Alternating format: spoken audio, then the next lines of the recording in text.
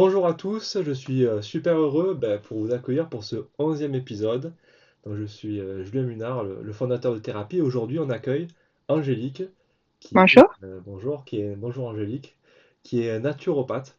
Donc, je vous remets le contexte. Vie ma vie, c'est l'interview qui partage entre ceux qui ont un peu d'expérience et ceux qui vont tout juste démarrer, ou ceux qui choisissent d'être tout simplement naturopathe. Je suis le thérapeute, elle est ma patiente aujourd'hui, et l'objectif c'est quoi? C'est de faire une rétrospection de pourquoi elle est devenue thérapeute, depuis combien de temps elle exerce, quelles sont les erreurs qu'elle a commises, qu'elle n'aimerait pas recommencer, comment elle s'organise dans la vie de tous les jours, parce que être entrepreneur, c'est vraiment le sujet de la conversation in fine, c'est comprendre qu'on n'est plus tout seul, on n'est plus salarié et on est seul face à soi-même pour prendre les bonnes décisions, des Mm. décisions qui ont de l'impact. Parce que c'est bien beau de prendre des décisions et de faire des choses, mais il faut que ça ait un impact dans notre vie entrepreneuriale. Et justement, comment elle s'organise justement pour arriver à avoir une vie perso qui tourne sans pour autant aller dans le mur et dans le burn-out, quoi. Voilà. C'est à peu près ça. Voilà. Et derrière, pour finir, tes objectifs dans les 3 mois. Parce que tu n'es pas encore une entrepreneuse aguerrie qui est une entreprise qui tourne avec trois cabinets, euh, des partenariats en entreprise, qu'est-ce que je peux te dire encore? Des livres écrits, bref, tout ça, on n'en est pas encore là, mais, Non. ou des passages radio pour certains, ou des coachs sportifs pour des tennisman professionnels, pardon. Mais tout ça, ça peut arriver parce que c'est faisable. Chaque entrepreneur a sa voie. Et l'objectif, c'est de connaître la tienne, où tu en es aujourd'hui et quels sont tes objectifs. Voilà. Je te remercie Angélique, je te laisse te présenter et Ça marche. bienvenue chez Thérapie Vie ma vie. Merci Julien du coup pour cet accueil et cette introduction. Du coup voilà, je suis Angélique, je suis naturopathe pour la santé de la femme et la vie des seniors. Ça fait maintenant 1 an que j'exerce dans un cabinet partagé avec d'autres thérapeutes, notamment infirmiers, psychologues et sophrologues. Donc voilà, ça fait 1 an en juin. Qu'est-ce que je pourrais, conseiller quand on démarre comme ça? Sur quoi je peux rebondir sur les erreurs que j'ai pu faire? J'ai envie de vous dire que déjà, quand on se lance sur un projet comme ça, c'est vrai qu'on a un petit peu l'adrénaline qui nous anime, on va dire. On a envie de tout déchirer, de donner toute notre énergie. Moi, pour ma part, quand j'ai créé ce projet, j'étais salariée à la base. Mm. Et je suis toujours. Parce que bien sûr, on a envie de se lancer à fond dans l'aventure de l'auto-entrepreneur.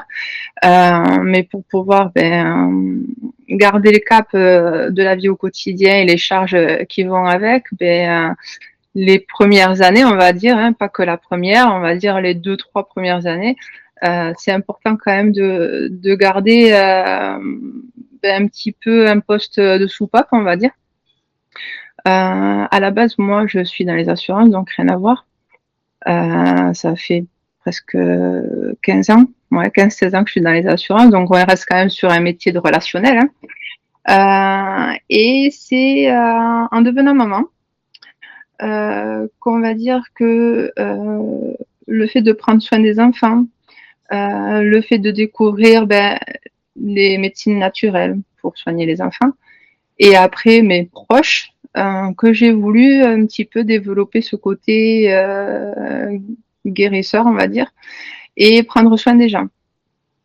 Donc du coup, j'ai eu envie de me former un petit peu plus par rapport à ça, de faire ma propre expérience et d'en faire profiter les personnes autres que mon entourage. Donc à ce moment-là, j'ai décidé de reprendre mes études. J'ai fait une formation sur 2 ans à distance avec le Centre européen de formation, qui était la formation la plus complète au niveau de naturopathe en tant que praticien. Et une fois que j'ai eu mon diplôme, je me suis dit c'est parti, on se lance et on ouvre son cabinet. Bravo. j'ai une question qui me taraude depuis le début de l'interview, de l'entretien. Comment tu as pu savoir qu'il fallait te mettre dans un cabinet? En fait, c'est quoi? Parce que je t'explique de manière générale, tous les thérapeutes, ils ont un petit laps de temps avant de partir dans un cabinet parce qu'au début, ils ont l'envie, et je peux comprendre, hein, de créer son propre cabinet à la maison où ils pensent qu'ils vont accueillir leur clientèle. Et, et moi, ce qui m'interroge, c'est comment tu as pu déduire au début qu'il fallait partir de suite en cabinet. T'as une expérience qui te permet de... Ou alors ça t'est venu à l'esprit directement, c'était évident. Alors, non. En fait, bon, le faire à la maison, c'était non pour ma part parce que Mhm. je ne voulais pas mélanger la vie perso et la vie pro et je voulais pas avoir voilà, mon lieu de travail sur mon domicile. Dans un premier temps, je visais plus à faire des partenariats, étant donné que je travaillais sur la santé de la femme et sur la vie des seniors.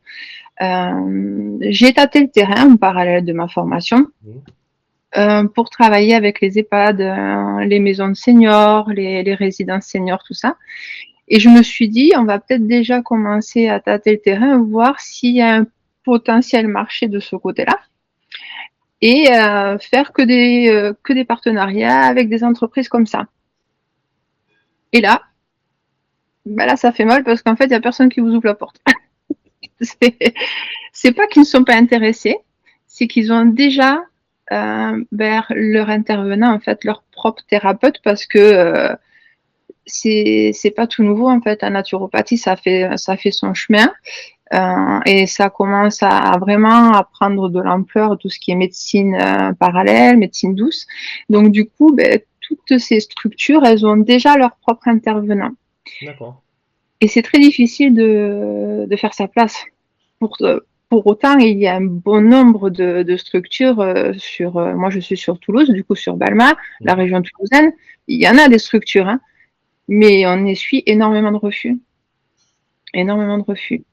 Donc, quand j'ai vu que ça commence à être compliqué de rester sur cette visibilité-là et d'obtenir un partenariat avec une structure comme ça, je me suis dit, bon, ben, faut trouver un cabinet partagé, parce que quand on démarre, ben, on n'a pas les moyens de prendre en charge un loyer d'un cabinet de suite. Et encore, même si on a un peu de trésor de côté, ça monte vite.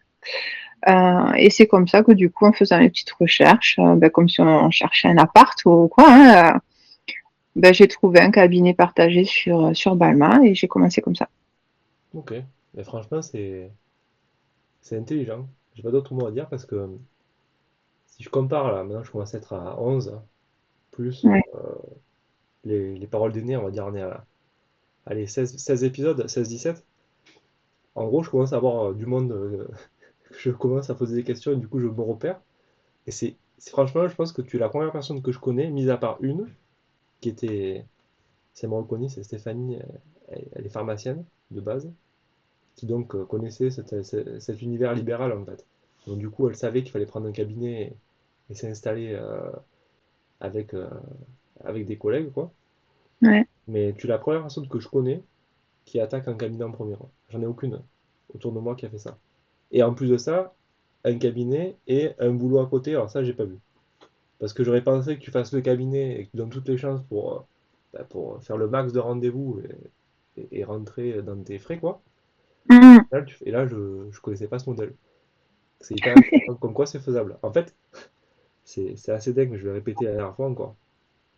C'est que les contraintes sont les mêmes. Typiquement, le cabinet, c'est la solitude, c'est le pas à faire à la maison. Du coup, on part en cabinet pour s'exposer, pour avoir du passage. Mmh. En gros, tout le monde a les mêmes contraintes, mais tout le monde ne les résout pas de la même manière. Ça, c'est. Il y en a, ils font des conférences. Je pense à, je pense à quelqu'un d'autre. Il fait des conférences, mais hyper intelligentes ces conférences. Et du coup, on va dire, c'est une grosse activité à côté de son cabinet, quoi. Du coup, c'est pas tellement focalisé sur ses cabinets, quoi. Donc chacun a son chemin. C'est ça qui est hyper intéressant dans ces rendez-vous. Ça donne des idées aussi à tous les auditeurs qui regarderont cette vidéo pour se rendre compte qu'il n'y a pas qu'une solution, quoi. Ok. Mmh. Bah, c'est pas évident après, hein, c'est quelque part un pari aussi, hein. j'ai fait en sorte de bien structurer aussi le dossier avec France Travail. Mm. J'étais demandeur d'emploi. Quand j'ai eu le projet aussi, étant donné que j'étais salariée, j'ai eu la chance aussi que mon employeur me laisse la possibilité de partir et peut-être de revenir après euh, ben, au besoin. Donc, je suis passée par la case demandeur d'emploi pour mettre un grand coup de fouet sur ma formation pour obtenir vite mon diplôme. Et je me suis absentée 9 mois de mon entreprise pour passer l'examen parce que voilà, même si c'est à distance, il y a des thèses à rendre, enfin, il y a plein de choses à faire. À côté de ça, je suis maman de 3 enfants, Mm. maman en solo. Donc, du coup, faut pouvoir gérer tout ça. Et une fois que j'ai eu mon diplôme et que j'ai trouvé du coup l'opportunité que j'ai eue dans ce cabinet, je savais très bien que j'allais pas vivre de suite de mon métier de naturopathe. Mm. Donc mon employeur n'avait pas trouvé quelqu'un pour me remplacer pendant ces 9 mois. Donc je me suis dit allez soyons fous, on rappelle, on rappelle le chef et puis on se dit bon allez qu'est-ce qu'on peut faire ensemble si vous avez besoin de quelqu'un, moi j'ai besoin de travailler à côté mais pas à temps plein non plus. Voilà, il faut que je puisse développer. Et puis voilà, j'ai repris un mi-temps, on va dire ouais, un mi-temps, trois quarts temps. Mm. Et puis au moins j'ai pris le temps de développer à côté un jour complet que j'ai dans mon cabinet et les autres jours c'est pour faire du domicile ou autre. Top, hein. Top. Et oui, c'est vrai que. Alors, c'est pareil, ça aussi, c'est autre chose qui est important d'aborder, c'est que il y a beaucoup de. Enfin, je veux dire, les thérapeutes ou les praticiens, pour être plus légalement correct, qui s'engagent sur le terrain, il y a beaucoup de personnes qui sont, on va dire, célibataires. C'est-à-dire qu'en gros, ils ont qu'un revenu qui rentre. Il y en a beaucoup comme ça. C'est pas négligeable. Et du coup, ça explique aussi le pourquoi vous avez tous un boulot à côté. C'est pas que pour le Ouais, plaisir, c'est pour assurer la pérennité de la vie familiale, quoi. c'est ça. D'être nombreux. Nombreux. Franchement, vous êtes nombreux. Et nombreuses, quoi aussi. Ok. Donc, du coup, en termes d'organisation, on a dit euh, organisation vie familiale, vie perso, ça se passe bien ou c'est compliqué pour. Faut pas se mentir, c'est pas facile. Ouais. C'est pas facile.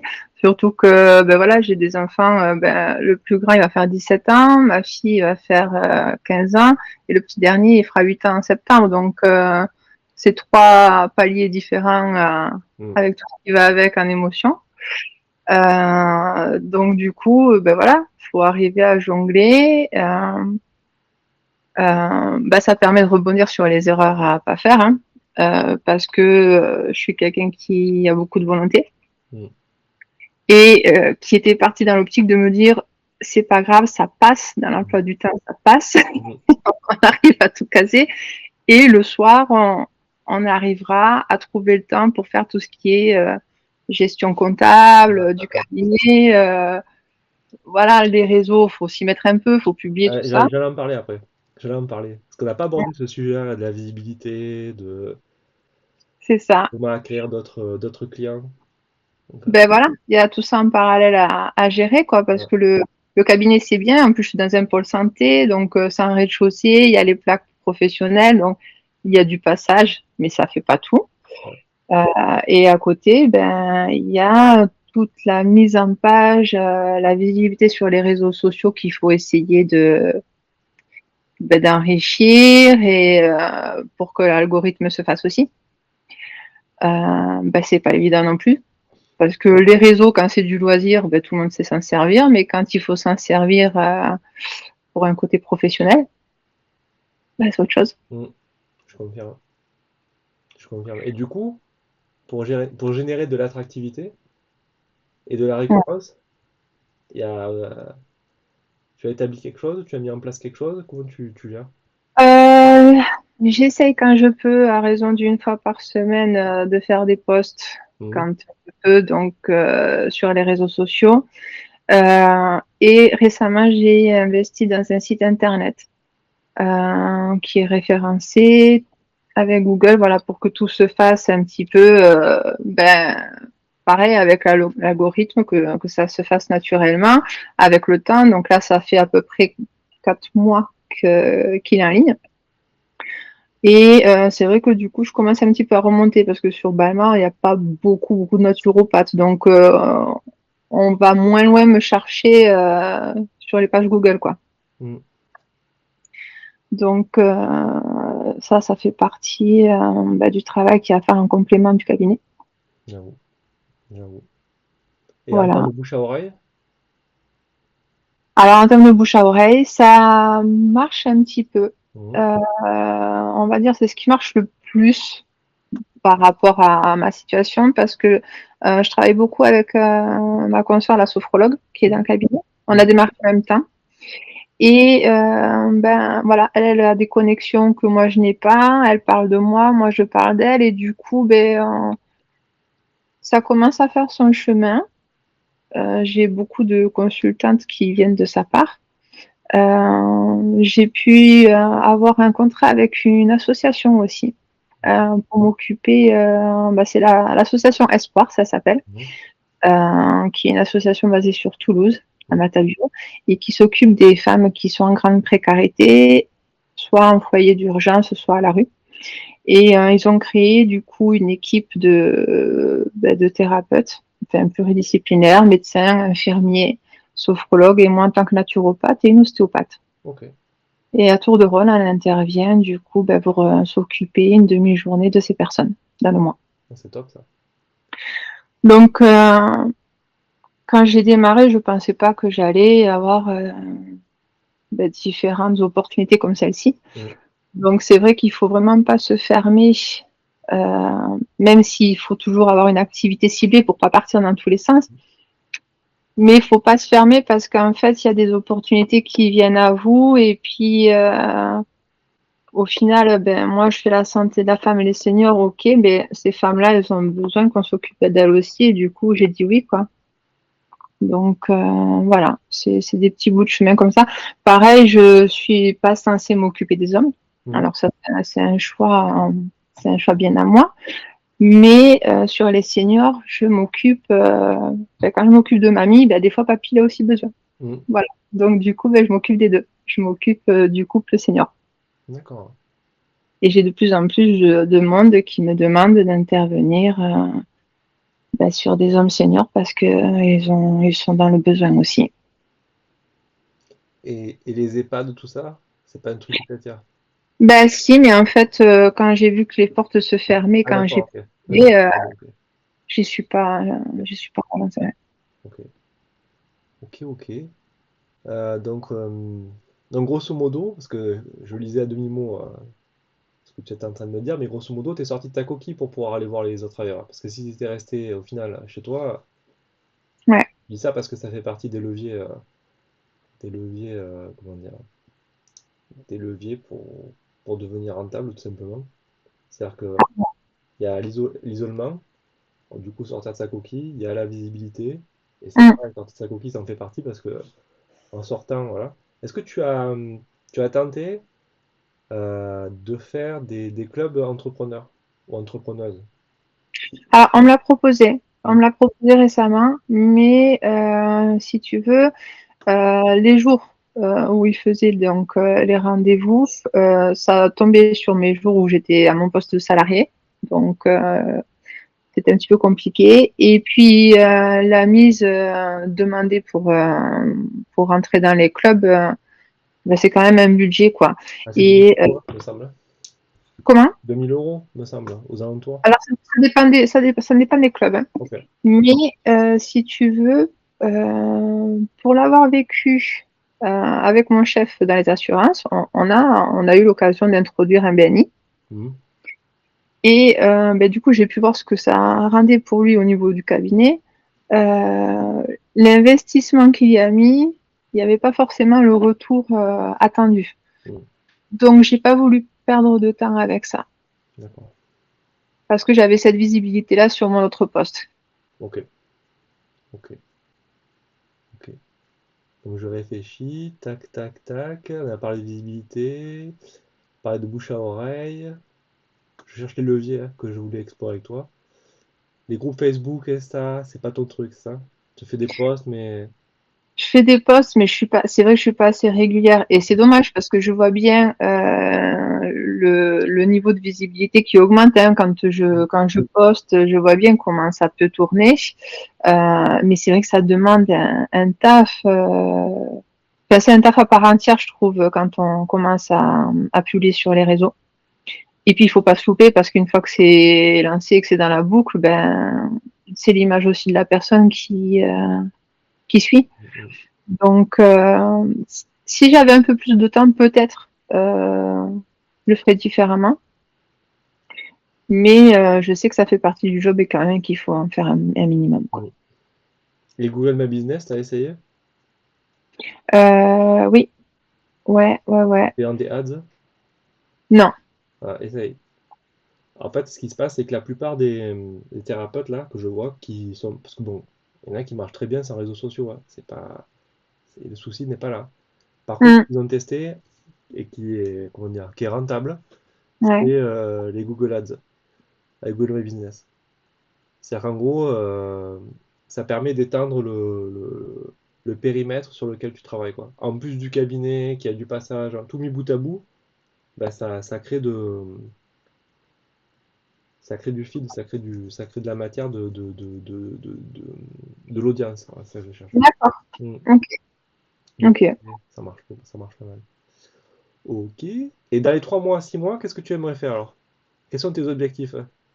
Bah, j'aimerais vraiment continuer à développer parce que c'est quand même sur la bonne voie. Tu vois, là, ça fait un an en juin que j'ai le cabinet.